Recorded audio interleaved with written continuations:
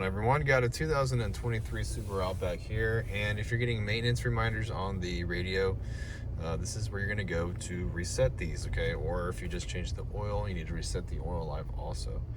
So we're going to head over to the radio. At the radio, you're going to want to hit home button to get to this screen here.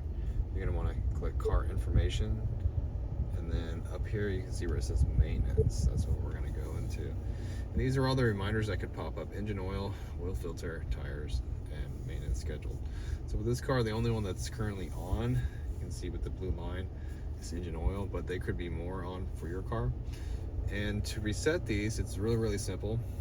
You're not going to press this reset button here. You're going to go over here to the gear symbol, and all you need to do is hit default. All right, and they'll give you more miles and reset the miles on your reminders here. Okay, so you can manually come in here, set the date if you want to, or the mileage. We're gonna go back to 6,000. Same thing with the date here. Okay, you can put the date in when you want these things to go off. Okay, so we're gonna have this one go off in 2069.